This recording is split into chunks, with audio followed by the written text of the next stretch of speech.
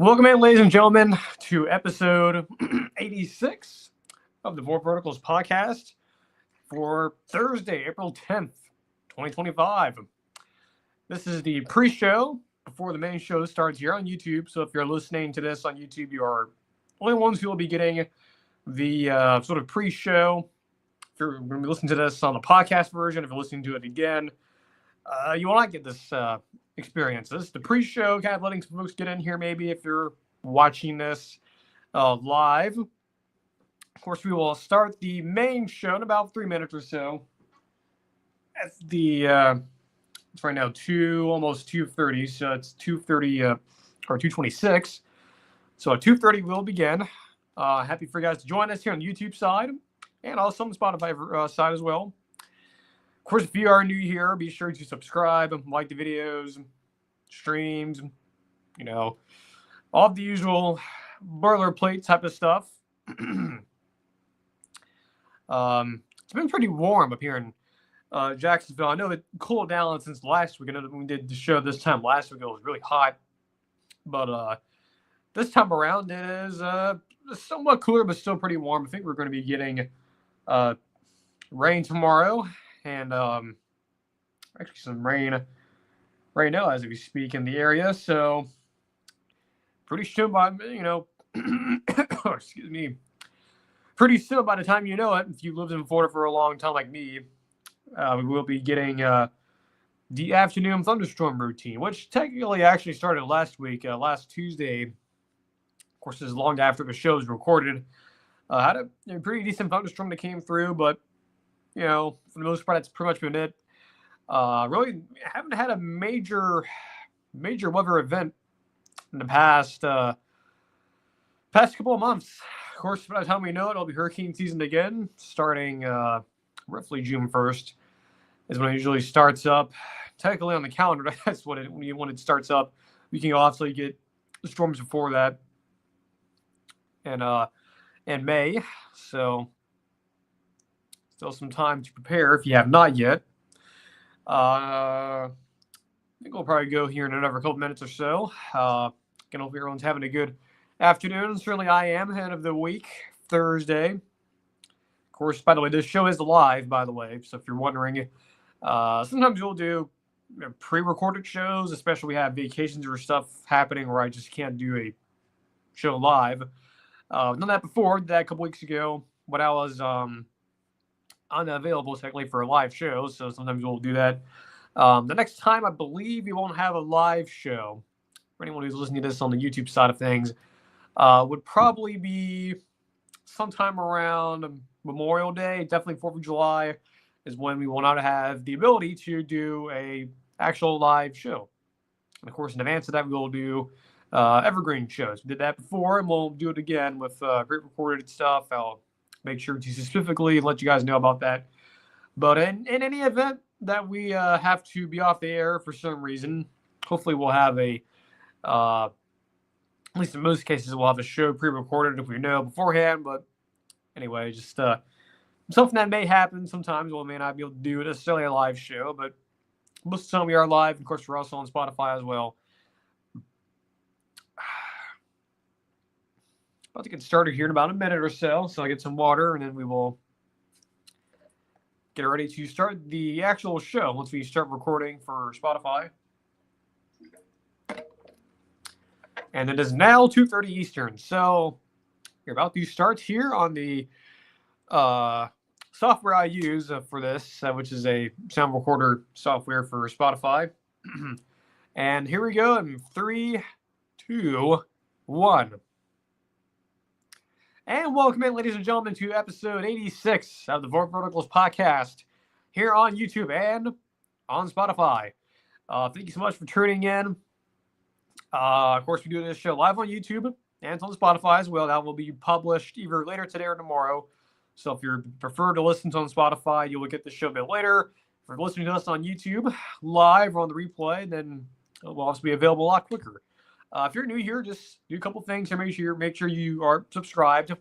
Even if you think you are, make sure you do. Make sure you check. Just click the button. Nothing happens. I don't, knock on your door or, send you a bill or not a bill or form or have you fill out something or I'll call you. None of that happens. We keep the show. It keeps the show free. We're not necessarily the best show, best college football show, best pop culture show. We're certainly the youngest. We've not been around for a year yet. That comes in June, actually, pretty soon, not too much longer. Of course, we're getting closer and closer to the 100th episode. And I guess make sure you subscribe, like the streams, follow us on Twitter, and make sure to follow us on the podcast feed as well, because it helps out, sort of build the channel a little bit. Hopefully we'll grow at some point. But look, as long as I'm having fun with this, you're having fun with this, and and that's all that matters right now. Is we're doing this for fun. We're getting our voices heard, and hopefully someday we'll be big, but that's going to take a while. So, okay, so let's dive into the show. It's going to be a bit of a shorter show if I can get to my notes here. Probably be more of a shorter show, and also more of a Q&A based show.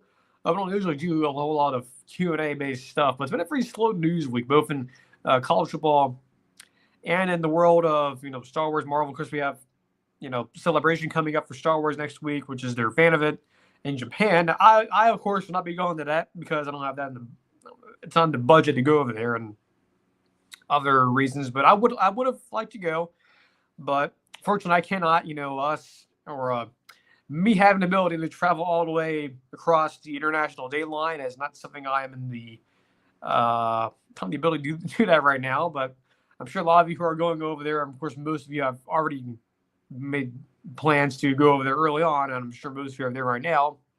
Hopefully you guys are having fun out there.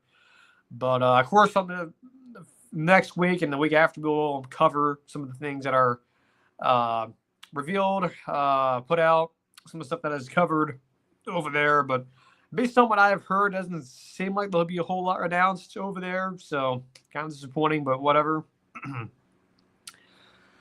Anyway, let's dive in here to the show, because we got a smaller jam-packed show, if you will. I don't know if you call it jam-packed, but it's a decently sized show. So we were going to address this on the show Tuesday on our actual rapid fire Q&A, but figured why not make this the actual opening topic, if you will. And it's so I'm checking my computer here, making sure everything's ready to go. Sort of a, I'll put this, kind of a controversial topic, if you will, and it has to do with Lane Kiffin, Mr. Lane Kiffin. And as I actually have to pull something up here, so excuse me if I'm fidgeting here with my. I was going to pull up. I thought I had this information pulled up earlier, but I didn't. So excuse the awkward silence there. But thought I did have some information pulled up here that was not pulled up in time. That is on me. Happens from time to time, and now and again. So there we go. That's what I wanted. So what was I saying? Oh yeah. So let's get into the actual topics here after that little detour. Okay. So like I mentioned, we were going to discuss this on the show Tuesday, but we sort of ran out of time. Last show went to around 1 hour and 30 minutes, I believe. Really long. Anyways, so one of the questions I was going to ponder, I guess, or ask is, can Lane Kiffin win a national title? Can he do it? Last year certainly seemed like the year they were sort of building it at Ole Miss. Of course, Ole Miss, as most everyone knows, if you're a college football fan like me, you know that Ole Miss historically is not the team or a school program team that you typically don't view as a national title contender. And most of my lifetime up until, most of my lifetime up until Hugh Freeze got there about 10 years ago, a decade ago. You haven't really thought of Ole Miss as a national title contender. When Hugh Freeze was there, they were certainly in the discussion. 2014, 2015, those were like the two prime years. I think 2016 as well, to a certain extent. And actually, I was trying to think, it was 2014. 2015, 2016, not really. And then, of course, he gets fired because of off-the-field problems. And, of course, they went to kind of back to where you thought of Ole Miss with, I forgot the guy's name, the old offensive line coach that was there. I blank on his name. Matt Luke. That's who it was. Yeah, Matt Luke was the interim Then he became the full-time head coach, and he gets fired. Then they bring in Lane Kiffin. He comes in. Lane's history, not the best. Was in the NFL for a while. Was at USC as a coordinator and then head coach. Then he was at Tennessee for a stop. Then he was at Florida Atlantic. Had some good years. Had one bad year. Well, bad in terms of the standard he set there. But then he comes to Ole Miss. Goes 500 his first year, which was 2020. Then he's sort of starting to see this change of Ole Miss from going to where they were under Matt Luke, and then this first year, Lane's first year there, they go 10 wins, 8 wins, 11 wins, 10 wins last year. He's 44-18, 25-16 in the SEC. That's pretty good. Like, if you think about this, in the last 5 years, so half a decade, if you add up those numbers, his total record there at Ole Miss, just a blind resume. So if you put up those numbers, right, those record, coronavirus year or whatever, after that as well, you go, man, if you didn't put the team's name on there, if you didn't know that was Ole Miss, you would go, man, that sounds like Florida, maybe. Definitely not Bama. Definitely not Georgia, probably. It's like Florida, maybe. Tennessee, maybe, if they were good. Auburn. Texas A&M would be probably the one that most people would probably pick if you were to show them this resume, if you will, without the team name. But it's Ole Miss and Lane Kiffin. And it's strange strange if you were to tell someone this 10 years ago, or not even that, like 20 years ago, that Ole Miss in the year from 2020 to 2024, so about half a decade, would have a better overall record in the 2020s than Auburn, Texas A&M, Florida, and the SEC. Like, that would just blow people's minds. That Ole Miss, the team that a lot of people would think historically has been sort of in the same realm as like Mississippi State, Arkansas, South Carolina, Kentucky, and Missouri. Well, grandfathered in sort of because Missouri, because of commentary alignment, 10 years or so.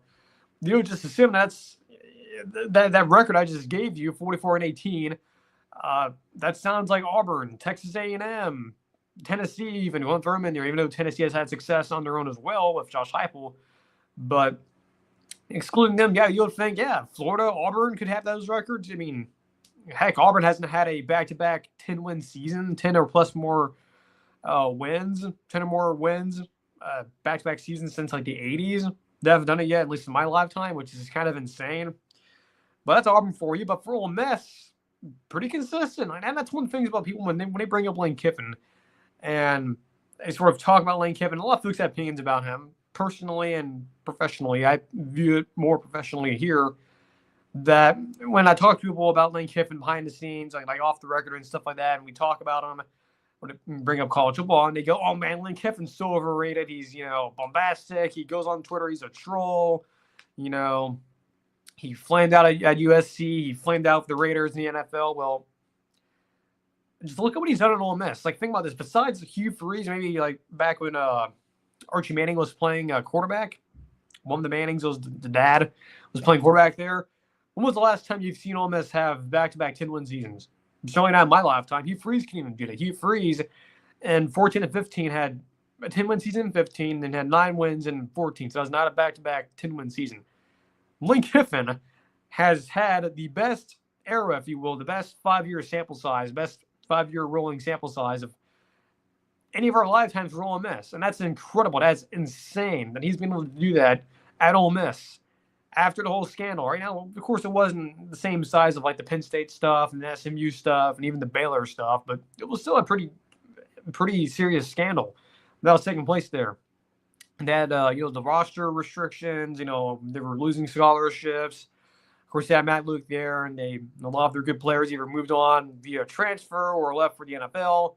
And they were sort of melting around a little bit, had some moments. I remember back to 2018 when it was like 2-0, or Ole Miss was 2-0, and Bama was coming into town.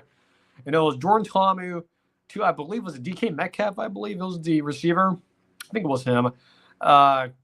Maybe not been him, but one of those really good receivers they had, even when they were bad, they were still having decent enough offenses. But even in their down years like that, the opening drive from Ole Miss in 2018 when it was Jordan Ta'amu to one of the really good receivers they had, and it was like 7-0 Ole Miss. And I was sitting there on my couch in my living room, when I was in high school, and I'm like, wow, this could be a fun game. And of course, Bama would eventually pull away, and they blew them out. But even then, it was still. I mean, even though Ole Miss was not the way you're thinking of them now, they're still okay, but they're still getting that same mixture of like, Mississippi State, Arkansas, Kentucky, South Carolina, and I guess Tennessee back then. But where Lane Kiffin has taken Ole Miss, and what Lane Kiffin has done, my computer almost turned off there. Let's make sure we're still recording. Yeah, we're still fine. I guess it almost fell asleep there, but anyway, I just what I was saying is that he has been doing things in Ole Miss that you would typically not view Ole Miss doing. I mean, just look at what he's been doing, like several top 10, top 15 finishes, an 11-win season, a major bowl win, a near 6 bowl win. In those years, 2021, 2023, and even 2024, Ole Miss could have very much so been in the playoff. I think last year's team could have been interesting. Year before, 2021. So, to anyone saying that Lane Kiffin is overrated, go look at his Wikipedia page, what I have pulled up in front of me right now. What he has done there is just insane. Like, the worst year he's had there, besides the coronavirus year, was 8-5. And even that, in the traditional sense of Ole Miss back like 20 years ago, would be like you throw a ticker tape parade. You're like, so really, he won the national championship. Like, I don't know what to tell you. I mean, that's insane what he's been able to do there. And to people who say, he's overrated, and same thing with James Franklin, where would you have him rated? I don't have Lane Kiffin rated as a tier 1 head coach. I believe, if I recall, he's solidly tier 2. He's very good. And what he's been doing, he's doing and evaluating the portal. He's a great offensive innovator. Just even that, think about that too. If you were to tell someone, go back in the time machine to when he was at USC the first time, early 2000s with Pete Carroll, to tell yourself, hey, not only is Lane Kiffin going to be the head coach of Tennessee for a year, but he's going to go to USC, back to USC after Pete somehow goes to the NFL, back to the NFL, and he wins the Super Bowl, Seahawks. But Lane goes there. He has maybe one. I think he has like that one good year. Then the whole thing falls apart. He takes a bit of a sabbatical, goes to Alabama with Nick Saban, completely transforms his offense to more of like a spread, sort of kind of air raid type of offense. Goes there. He stays there for a while. Goes to FAU. Has 2 of the best seasons in FAU history. Like, I also think too that the FAU, the Florida Atlantic stuff that Lane Kiffin did there, the stuff he did at Florida Atlantic, that's going to get completely ignored in history. Like, history would not remember that. I still do. I mean, look at his record there. 26-13, 18-6 in conference, winning the conference championship twice, 11 wins and 10 wins. And that's like, if you're a Florida Atlantic fan, I'm sure I live in Florida. There's some fans. I've been to that school before too. I think I've toured it before. I think I may have not, but I've seen it before. But anyway, those are the 2 best years in school history. Like, that is insane. Even at Florida Atlantic, a team that several times over the past 10 or so years, or even 20 years, has had terrible records. 2 of the best years in school history came from Lane Kiffin. And now here goes to Ole Miss, and he's gotten Ole Miss so close to be contending for a national, or not contending for a national championship, at least letting them be in the playoff and at least have the ability to get to a national championship. Now, winning it's different, right? Winning it is, of course, having the right roster talent, having the right mentality. And I think Lane has the right mentality, but the roster, I agree, is not what you would typically think of a typical national championship winning roster, meaning having a high blue chip ratio, having a lot of 5-star talent, 4-star talent. Of course, Ole Miss builds their program a little more differently, not so much relying on high school, more on the transfer portal. I'll give Lane Kiffin some credit here. He has done a very good job of evaluating the transfer portal, I think, pretty well. And I think that's translated to them winning 10 or more games 3 times in his the last 5 years, which is, again, I hate to repeat this, but that's the best stretch in Ole Miss history that we're witnessing. We're witnessing it right now. I don't know what I just said, but we are witnessing the best stretch of Ole Miss football in our lifetime, and certainly my lifetime, and maybe in some of our older audience's lifetime, or at least older college football audience's lifetime. And to anyone again who says that Lane Kiffin can't win the national title, well, he certainly can. He just hasn't done it yet. Again, his teams have gotten close. He's had three teams, at least in my opinion, were playoff worthy. the last year's team, and I mentioned this before on the show, and I still believe this, it was a missed opportunity, no doubt. They sort of built last year's team to be a sort of put all the chips in. It's this year or not. You have Jackson Dart coming back. You have, bring in Walter Nolan from Texas A&M, who transferred out after Jimbo got fired.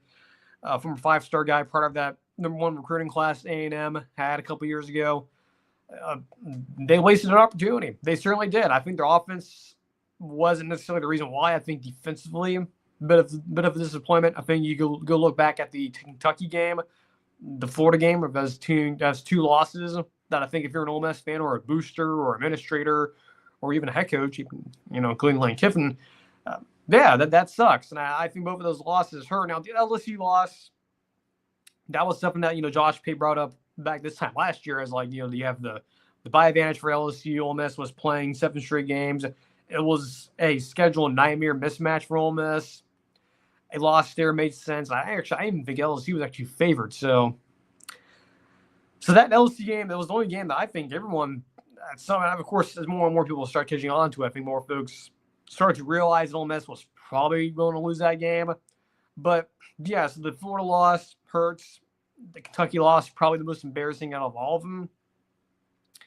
But the fact that Lane Kiffin, yet again, having another top 5 recruiting class, or not recruiting, top 5 portal class, the fact that he's been able to still use the portal and use it pretty well. Of course, we'll see how it translates on the field. But their schedule, again, this year, much like last year, is still pretty favorable. I mean, it's not a very hard schedule. It's a very manageable. Of course, their conference schedule is the same as last year. Same with every SEC team. It's just the same opponents, just the venues change. If you played someone at home, you play them on the road and vice versa. And much like last year, their out of conference is kind of weak. Though we'll say the toughest, we'll go for the schedule here. So they have Georgia State, Kentucky on the road, Arkansas at home, LSU. In between that, they have Tulane, which might be the toughest non-conference game, which is, of course, that's John Summerall and company.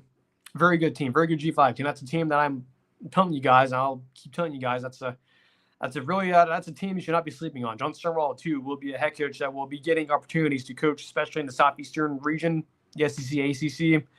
Will be hot commodity in the coaching carousel, probably in December of this year. I'm just letting you guys know that beforehand. After LSU, they have Washington State, and they have a bye week in between that. Interesting to see Washington State being sandwiched in between LSU and Georgia. So, okay. Of course, they have Georgia on the road, Oklahoma. They had those games at home last year. So, again, expectation would be they'll be on the road. Then you have South Carolina, FCS team, Florida at home. And then you have Mississippi State in a rivalry game. Most of those games, except for Georgia and LSU and Tulane, I guess, those are your 2 losable games, I think. I think those are the 3 games that I would categorize as games I'd be concerned about. I think the Georgia game, LSU, probably going to be dogs in. I think Tulane you'll be a small favorite in. I think it'll be a favorite against Oklahoma, I think. Florida, same thing. It kind of depends on DJ Lagway's health, it seems like. But once again, Ole Miss has a very favorable, very Ole Miss-friendly schedule. Now, of course, we don't know what their schedule will look like next year, assuming they'll probably play Texas in 2020 and 2026, because in the next 2 years, the SEC wants everyone to play the 2 newcomers. So if you haven't played Texas yet, you'll play them, I guess, next season, which will be 2026. So like Ole Miss, Auburn, Bama, and then Georgia, and on the others have to play the other school being Oklahoma. But Lane Kiffin, of course, he can win the national title. I mean, there's this difference with. Now we'll move on after this because this segment's been going on for quite a while now. But there's this. It's something that Josh Pate brought up a whole lot lately, and I totally agree with him on this. There's the cannot versus have not. Lane Kiffin has not won the national title. That doesn't mean he cannot win it. He certainly can do it. He just hasn't done it yet. He has the potential to do it. They've been doing well in the portal. Again, we'll see what this year's team looks like with the commodity. And, of course, they'll have a new starting quarterback. They'll be fine. Their schedule's very friendly. Of course, there's always the trap-up game. They have to go on the road at Kentucky. And, of course, Tulane's in there and whatnot and the like. Going on the road to Norman, too, later in the year. But it's a very friendly schedule, and I think Ole Miss is going to benefit off of that, and I think they will once again probably be in the discussion for the playoff again, much like last year. And I thought last year's team was good for being in the playoff. They weren't. Is what it is. But yeah, that's my thoughts on Lane Kiffin. Thought I would touch on that because we were going to this past show, but we're not able to because the show frankly went a little bit longer than I thought it was going to be. So I'm gonna get some water real quick here, and then we'll touch on this next top two topics. Then we'll get into the rapid fire Q&A, and then we'll wrap up the show.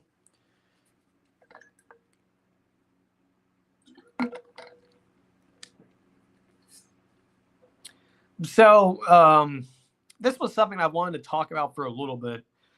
Again, like I mentioned, this show's me mostly more of a Q&A show because there's not a whole lot of newsworthy stuff right now, which is fine. Right, nothing wrong with a quiet show in terms of major news and whatnot.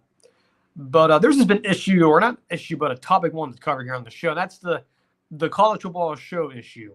Not necessarily an issue with me, but an issue with the broader sense of college football shows. And I think what I'm trying to get at here is I've noticed this a little bit. Of course, back, let's just say 10 years ago, 20 years ago, the only way you would be able to get college football information, at least when I was growing up as a youth, would be through the radio, right? When you go to school, Dad pops in on the radio, listening to the local sports talk show, usually during the fall, usually talking about college football. That's how we would get our college football news. It's either that, watching SportsCenter, or listening to or watching, I guess, come 2014 with the SEC Network, the Paul Feinbaum show. That was mostly the way fans or younger fans like me would get information.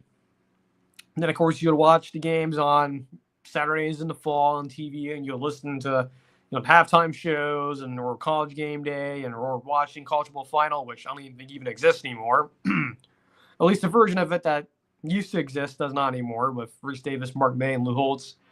But I think what you started to see, and this sort of started to happen like 2014, 2013, sort of ironically, right as the college football video game, NCAA 14, the NCAA series from EA, once the video game started to stop, we started to see more shows pop up. And I think I've touched on this before, but I'll bring it up again since it's story time here on the show.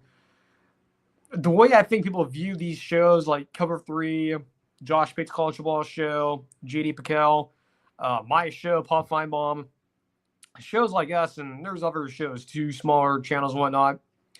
A lot of folks sort of view these other college football shows on YouTube, especially, as sort of substitutes, if you will, to help us to get through like the spring and summer and get us the information and get us still invested in college football, because the college football video games in say 14, 13 and before sort of did the job for like that was sort of the way we got through the summers and the springs and whatnot and the late winters after the national championship. That was our way of sort of us coping with until spring football and until fall camp and hearing the practice reports and whatnot. And that's that video game sort of helped us still kept college football in our minds. And when the video games started going away, and when people started moving on from that, because there was no college football video game to have unless you still played it on your Xbox 360 or whatever the PlayStation was, or you were playing college football revamp.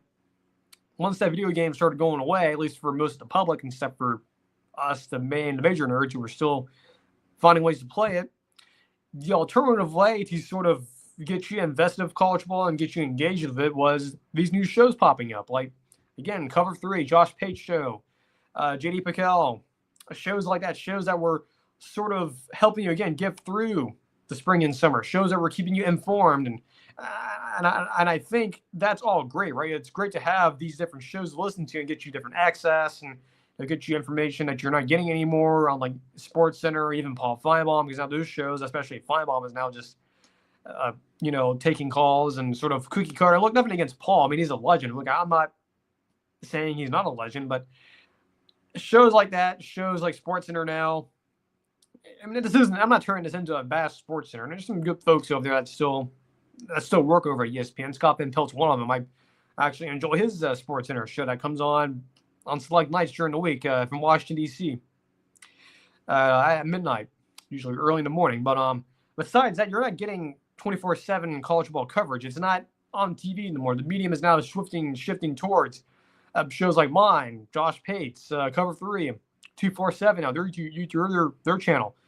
They have live shows during the week. And all these shows now are giving you, again, that sort of same, well, not same access, but the same feeling of college ball all year round that the video game has. Now, of course, the game's back now, and we're getting the new one, or the next version this year. Of course, it came back last year, but just in between the video game going away and it coming back, there is this sort of 10-year gap of, us not really sure what we're going to be doing, right?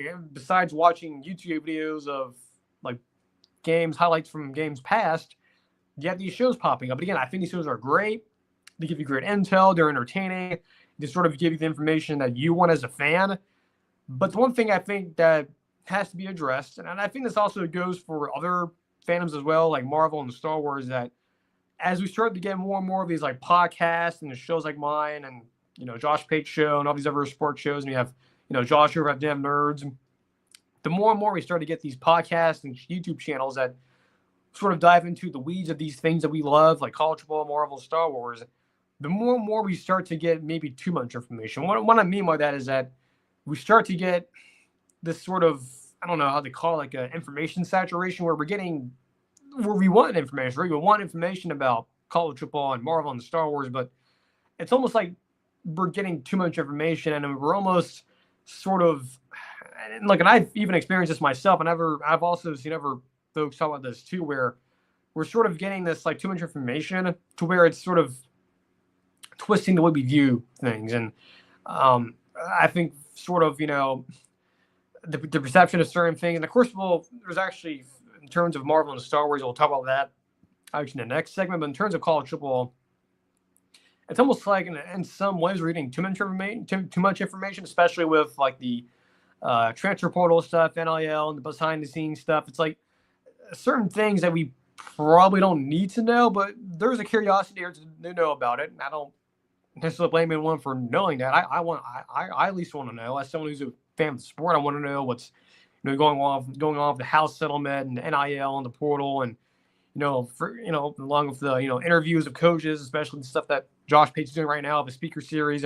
That stuff's all good, but at the same time, it can also feel like it's a lot of information saturation. It feels like there's a lot of things coming at you at once, things that you weren't necessarily knowing about 10 years ago, because again, these shows didn't exist. These shows like Josh Pate, Cover 3, JD Piquel, and so on and so forth, these shows or YouTube channels did not exist 10 years ago. And these shows that were giving you this information used to be behind the paywall. Now it's open to you now and free pretty much, except for, I guess you need to pay for the internet and stuff, but largely it is free, right? You don't have to pay extra money to, access a website or whatever, or log on to a streaming service to watch it.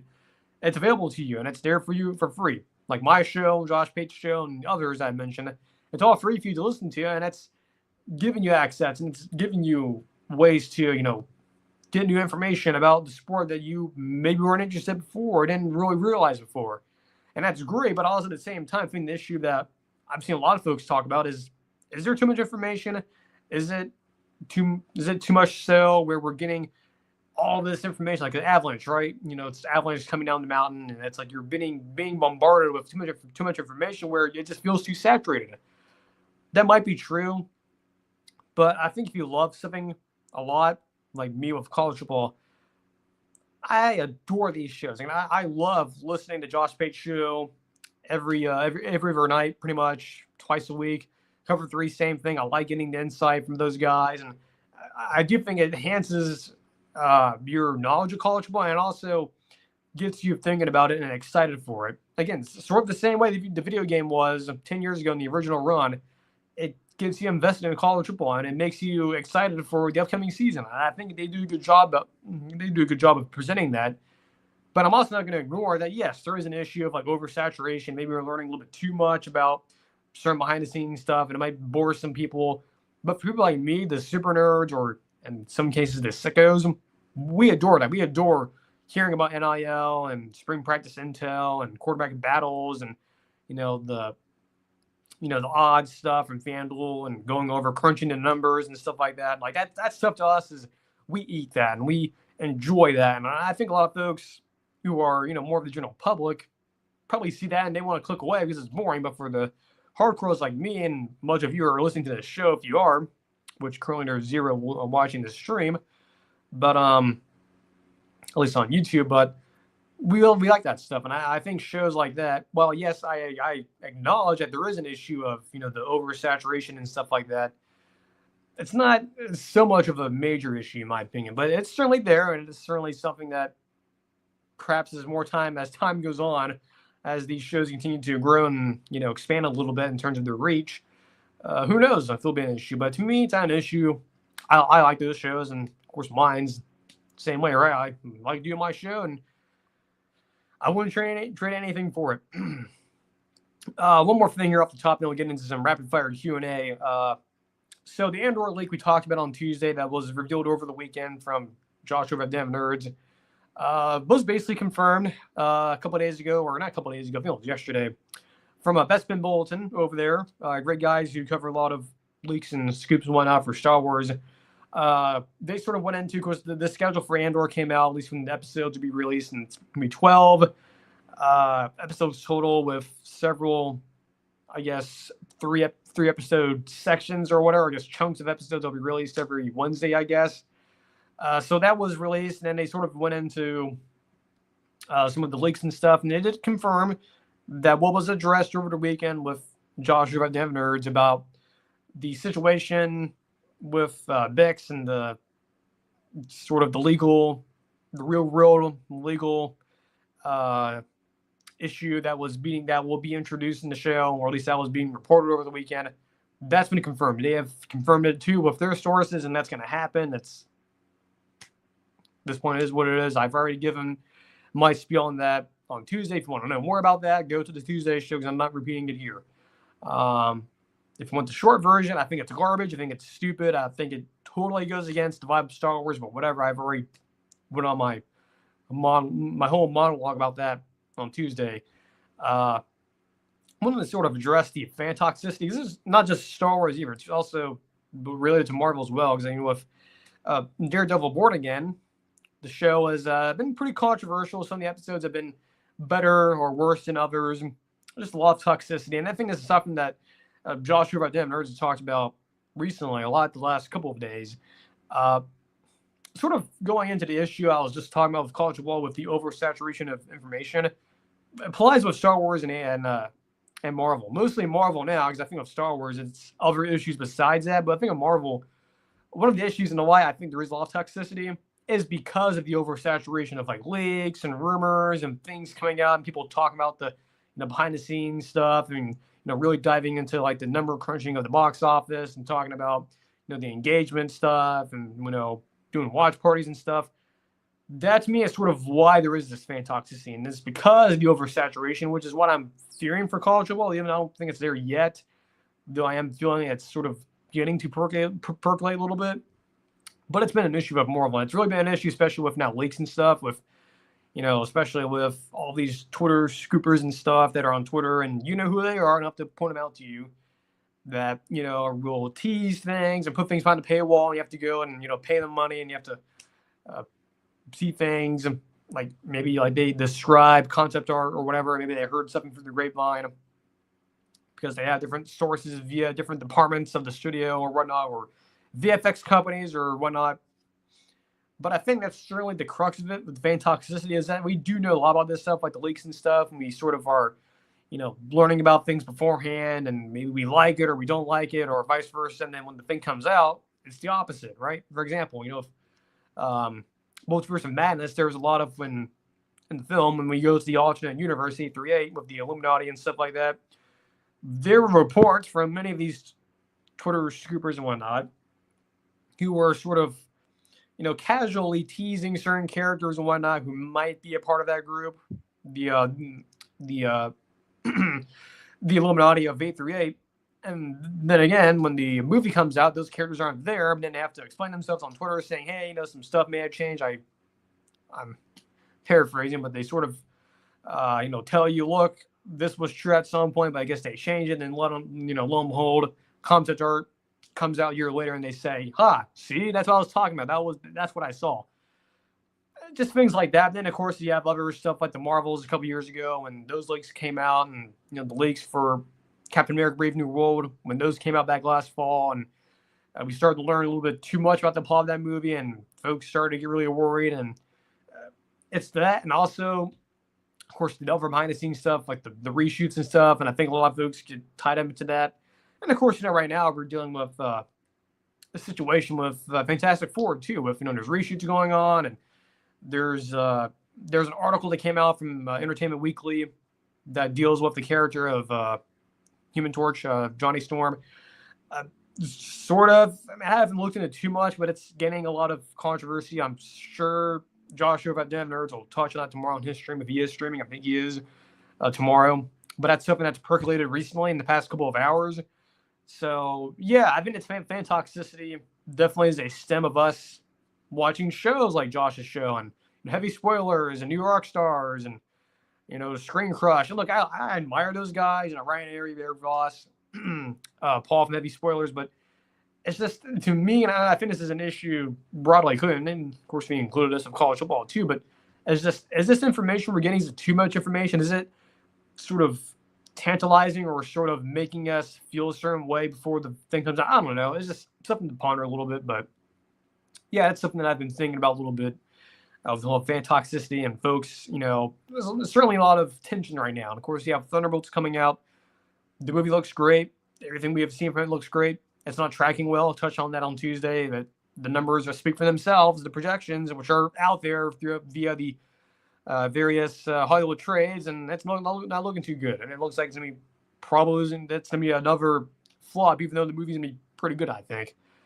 But anyway, let's see here. About 40 minutes in or so, at least here on YouTube, I think we're doing fairly well on the, excuse me, a little burp there, on the audio version. So we got some rapid fire Q&A here, and then we'll wrap it up here. First question, what if Ty Simpson, quarterback at Alabama, who we believe will be the starter, at least one of the quarterbacks battling for this position, what if Ty Simpson does not win the QB job at Bama? Is that a reflection on him? So if he doesn't win the job at Bama, that means several things, actually. One is that it's either Keelan Russell, the freshman, or Austin Mack. If he doesn't, now, if you have to ask me personally, I would probably lean towards Keelan Russell because we are hearing some good things about him. Of course, he's raw and whatnot. He's going to make some mistakes and whatnot, and he's young, but he's very talented. More of a dual threat between the other two. I'm not saying the other two are scarecrows or statues, but certainly Russell's more mobile than Simpson or Mack. Though I've heard Mack is actually quite mobile, given what people imagine him to be, which is a pocket passer. But if it's not Simpson, it's probably going to end up Keelan Russell, which means that Austin Mack's probably in the transfer portal and the spring transfer windows. Either way, you're going to be losing a player. Probably not Keelan because he just got there. So it's either going to be Simpson or Mack are probably going to end up leaving. Now, if he does end up losing the job to whoever, it's going to be either Mack or Russell. Is that a reflection on him? I think this is something that I believe Bud Elliott has brought up before a number of times, or we're not necessarily like this. We sort of hinted at this. That Ty Simpson, of course, he's the son of the UT Martin head coach Jason Simpson. He's been there for a while.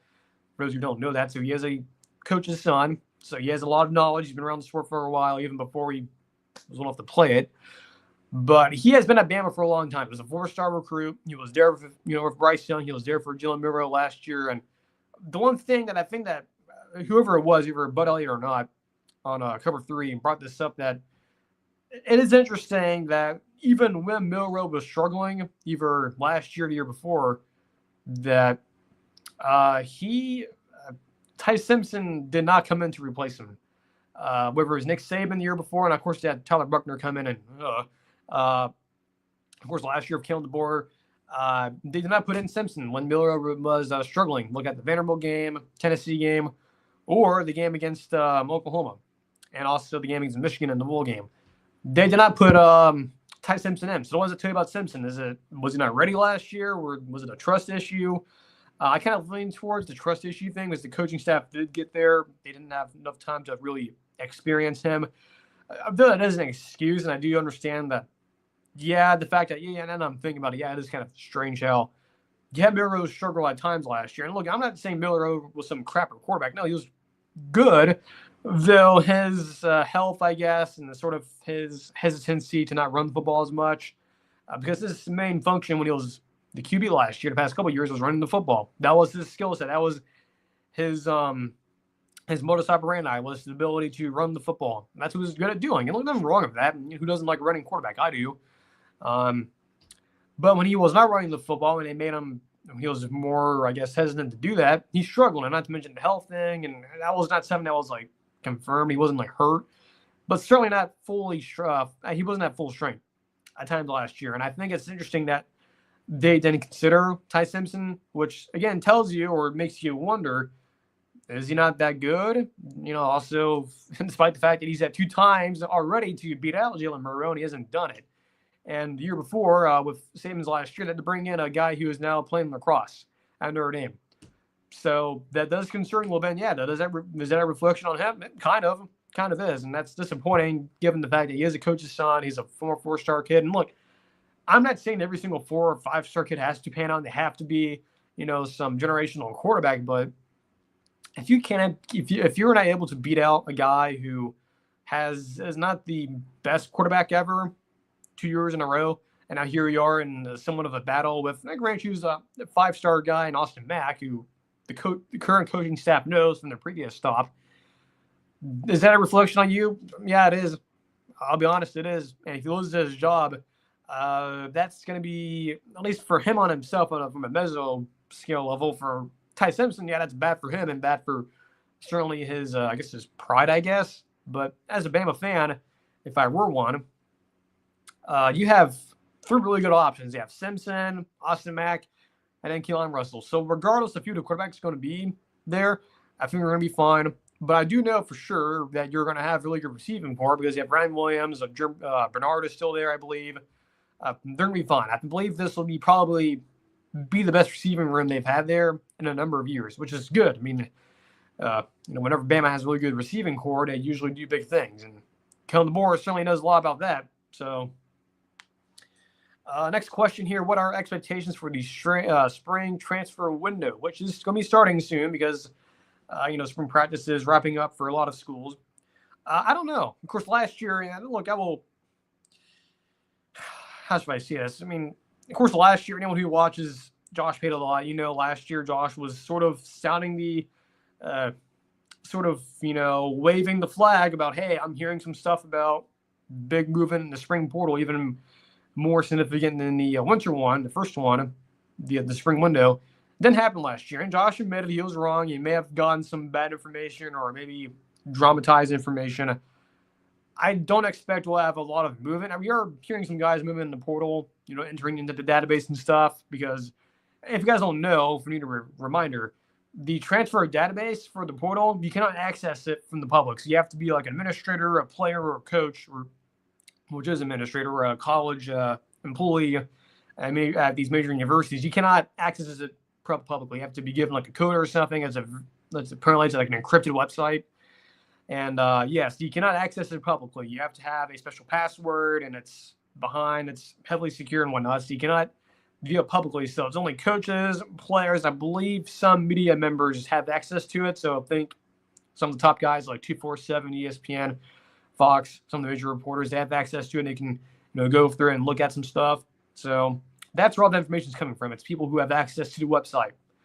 We cannot access it as general public, which makes sense, right? Because it's not something that we are going to be using, right? Why would you give access to why would you give people who are not going to use a website access to a website? That's like kind of basic like thinking there. But yes, you cannot actually access the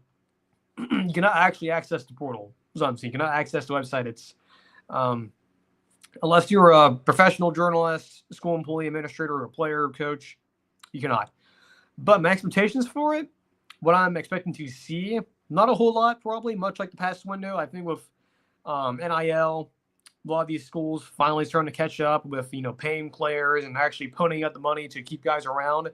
Which, look, and I'll give Josh some slack here. Some slack here. I mean, he does talk to coaches a lot. He's literally on the road right now at Iowa State. Probably going to have Matt Campbell interviewing coming next week, but he's on the road constantly with coaches and coaching staff, not like me.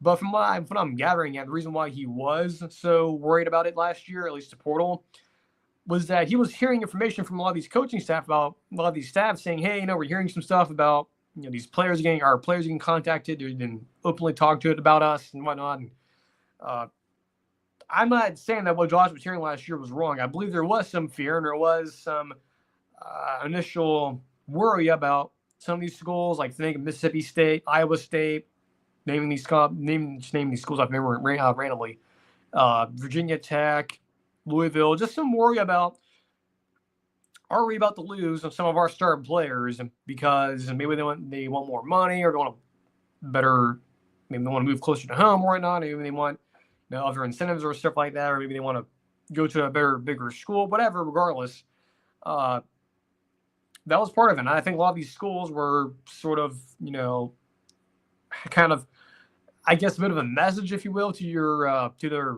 collectives and saying, hey, you better, step it up, or else such and such guy isn't gonna leave. Ha ha. Because we know for sure at least I'm talking as the coaching staff here, is that if we sort of indicate this now, hopefully the collectives will be on top of it. And they were last year. I mean, that's why you didn't see a lot of the, doomsday scenario, if you will, of players leaving. But I also think what Josh Pitt was referring to last year was, I believe he was referring to the Alabama situation with Kalen DeBoer coming in. So remember, when Nick Saban or when any coach leaves, either retiring or firing or taking a new job or whatever, there is a window outside the main transfer window. Another separate window opens up where your players on the current roster, the team that's losing their head coach and getting a new one, those players can leave with I believe it was a 14-day window, I believe, or 30-day, whatever. They can leave. And that's a separate transfer window. And they can enter their name into the database. They can get feelers or put the do not disturb tag or whatever. So that happened last year for Kalen DeBoer and Bama. And when Kalen DeBoer got there, a lot of the talent that was on the roster with the previous staff with Saban, most of it was already gone. So the thinking was, I think this is what Josh Pitt was trying to get to last year, was that, look, Kalen DeBoer comes in, he doesn't have the ability to get players from the portal when he gets there, because the transfer window is only for guys who are leaving, not coming in. Because when he got there, it was one way street, right? You can only leave, you cannot come in, because the portal, the transfer window had already closed for the winter, but it opened up one way for players who wanted to leave and go elsewhere. So Bama cannot take players in; players can only leave and go elsewhere, not named Bama. So the thinking was, because of that, because Kalen DeBoer got sort of screwed, if you will, because of the rules, people were thinking, and I think this is what Josh was trying to get to, was that he was thinking that Kalen DeBoer and Bama were going to go so hard in the portal, they were going to make massive moves, either get new players into there, down to Tuscaloosa, or they were going to go try to get players who left to come back. I think the same thing will happen with Jamin Proctor. Remember, Proctor was at Iowa. Then he hits the reverse card, and he goes back to Bama. My theory last year, I didn't say this publicly because I didn't have the show, but my theory last year, when Josh was tweeting out stuff like saying, hey, the Proctor stuff wasn't the biggest thing I've heard so far, I think the thing he was hearing about was one of them, I believe, was Rocktoback getting offers from like Auburn and stuff like that. I think Josh even admitted that was one of the things he was referring to. But I think the other one he was referring to was that I firmly believe that Bama was trying to get Caleb Downs to come back. I have no any insider information about that. No one has told me that. That's just my theory. I firmly believe that Kalen DeBoer and Bama were trying to get Caleb Downs to come back to Bama after, him going to Ohio State. And of course, some of that was sort of based off of the stuff of, Proctor coming back and the spring break trip, where a lot of current Bama players and former Bama players who had transferred out were on spring break to the Gulf Coast, and a lot of them were together, and people were theorizing, hey, does this mean that a certain people who left might be coming back? It didn't happen. Again, mostly probably because Ohio State, some of these other schools are paying up. And that's why I believe Josh Pitt was sounding the alarm last year, or waving the flag about last year's window being active because of Bama, and then Bama was going to be in the market for getting players to come back. Didn't work out. I firmly believe Josh was getting correct information. It just didn't happen. So, this year's transfer window for the spring, don't think it'll be that active. Next question here, thoughts on leaked set photos from Doomsday. We'll see. I mean, it's interesting. Something that's been leaked out on Twitter. You can find it here and there, I guess, Reddit. It's interesting. There's some rumors, too, apparently going on that are going around. I believe Josh will have done Nerds will be addressing in a video either today or tomorrow about this. So it's interesting. I haven't looked in too much. I mean, it's a battle scene as it's like in a park or something. It has a lot of like critters and stuff. Whatever that means, I don't know. I guess we'll see when the trailer comes out, I guess, which will probably be December or the fall. But I mean, it's cool now we're getting leaks from the set. And I'll tell you this, too, and we're getting pretty close to us getting our first official look at Robert Downey Jr. as Dr. Doom, which we sort of kind of got because Robert was celebrating his birthday, and I guess a card or announcement card I leaked out featured sort of a concept art design, if you will, of him as Dr. Doom, which is different from what was leaked a while ago or last month. Garnered some controversy. Whatever, it's fine. I mean, maybe it'll look different, or maybe it'll look different in live action, of course, in actual in the movie. But it's interesting. Definitely a possible first look. If you don't know what I'm talking about, again, you probably find it on Reddit somewhere or whatever. But thoughts on the set leak photos. I mean, it's cool, right? It's cool that we're starting to get that stuff, and I'm sure as the weeks and months go on, we'll get more and more probably. Certainly some more information too. And the final question here, as we are getting close to an hour, how do smaller schools deal with NIL? So I had the luxury last year when I was an intern at my alma mater, college I went to here in Jacksonville. If you live here, you know I'm probably referring to, or have a good guess. I was able to interview the athletic director, or at least someone who was part of the athletic department, part of my internship.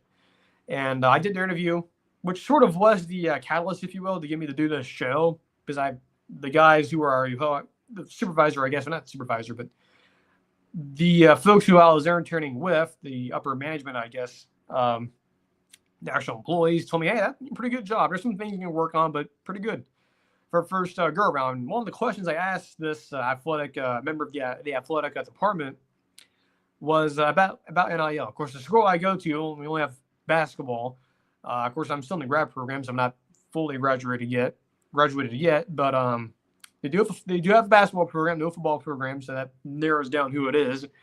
So when I talked to this individual during the interview, I brought up NIL and how does the school handle it. And he, kind of paraphrasing here, but he mentioned we don't really have NIL. That's not really a thing here. And I think a lot of folks, when you hear that, you go, wow, really? Well, that doesn't make any sense. I thought every single school has it. That's true, but especially if you're the P2, right? You know, Big Ten, SEC, and then the other, I guess, the P4, quote unquote. And I guess to extend us into G5, but I think what a lot of folks understand is that, well, yes, NIL is a thing, and now this is a year old, so I don't know if this is true or not, or at least if it's still relevant. But at least at the time when I was doing this interview, it was relevant. And what I was told is that the way that the school I was, my college, that I was attending is that, at least my alma mater, is that they don't really have much of an NIL situation because they're not a big school, right? They're not Clemson or UCF or UF, Florida State, Miami. I mean, they only have one major sport, which is basketball, and most of the time, the individuals, the players and stuff who go to the school, they're not really there for the money per se. They're really kind of there for the experience. At least that's what I was getting the vibe of, which makes sense, right? It's a smaller school. There's not really a big, cachet to make money or whatever. I'm sure there's some elements there. I'm not really sure if that's changed or not. If that's still the status quo, because I haven't talked to this individual in a long time, but yeah, I mean, it kind of makes sense, right? It's a smaller school. It's a big city, Jacksonville, but it's not really a school that takes its pride in athletics. And of course, they have teams like basketball, swimming, golf, track and field, but athletics is not the driving income for the school I went to for my undergrad and right now for graduate school. It's not. The driving force is academics. Now, for bigger schools like Auburn, Mississippi State, a lot of your bigger universities, the driving force is football, right? The driving force is sports, and not the traditional Olympic sports, but the other sports that are the driving force for income. Not for a lot of these other smaller schools. A lot of these smaller schools really do not invest that much in football, or I guess football, but I guess in my case basketball, because that's not the driving force of income. It's a force of income, but it's not why people go to the school. They go to for academics, and they go there to get an education, and which is interesting. And I don't think a lot of folks realize that, but yeah, smaller schools of NIL, like the really tiny schools, like commuter schools, if you will. How they deal with NIL? Some of them really deal with it. Now, of course, they have departments and stuff, and I'm sure they're ready to eventually address it. But it doesn't really sound like, at least from what I was told, it's not a big thing, which it makes sense, right? If you're dealing with even smaller school, even smaller than the traditional G5, I guess if you're looking at it from a football standpoint, college football, yeah, NIL is just not really a thing. So, especially if you're a school that's not having your major avenue of donor money is being used not for football, it's being used for different things, right? Like academics and stuff, and improving campus buildings, which is important to do, which is something that the school that I went to and still at, they have been doing a lot of innovation, a lot of work. It's currently an active construction site and whatnot, so it's kind of interesting to see the money that's being donated in is for that stuff versus the sports stuff. Now, it's not like they don't totally disregard sports. They deal with it. They renovate stuff. I think recently they just did some stuff to the arena. They've recently, in the past 4 years, opened up a new swimming pool. But the sports there, at least from my understanding while interning at the department I was with, when I'm talking to the athletic department representative, is that the driving revenue for the school is not really necessarily sports, which is why I guess NIL is not a thing there. So, yeah. That's it for the show as well. So, we'll be back on Tuesday, as usual. Same Tuesday, Thursday. Of course, if we're not able to have the live show, of course, we'll pre-record something. I'll let you guys know ahead of time. Again, slower news week. Nothing wrong with that. But also a pretty slow week in the weather department, too. I mean, we're in a very quiet period. Though there is some signal that severe weather will be returning. So, but at least at the moment, a lot of you who are dealing with flooding and stuff, and of course, a lot of the images and stuff from along the Ohio River, Mississippi River, and it's a lot of flooding there. But thankfully, they've been able to sort of dry out and recover, because it was really bad last week. It was like 4 or 5 straight days of like major severe weather stuff going on, and finally we're getting a break. But it's not over yet. The severe weather machine's not over yet. But yeah. Very, very quiet news week, and we'll see what next week brings. Of course, Thunderbolts coming ever so slowly. We'll be releasing soon. Of course, I will go and see it, and I'll give you guys my thoughts on it. I'm still very excited, but not particularly thrilled about where it's tracking. So again, until Monday, or not Monday, Tuesday, we have our next show. Enjoy the rest of your week. Enjoy your weekend. Have fun. I know college basketball is done, so I'm not sure what most of you will be doing. Me, I will be relaxing and probably playing a lot of College Football 25 in my free time. So, even though it's not necessarily College Football Saturdays in the fall, doesn't mean you can't still have them, the video game. And that's the one thing about this video game coming back now, and it being around for almost a year now, is that we can finally have Saturdays or College Football Saturdays every single Saturday of the year. So, it doesn't go away. It's still around. So, again, until Tuesday, take care. Have a great rest of your week and weekend, and we'll see you guys on Tuesday for our next show.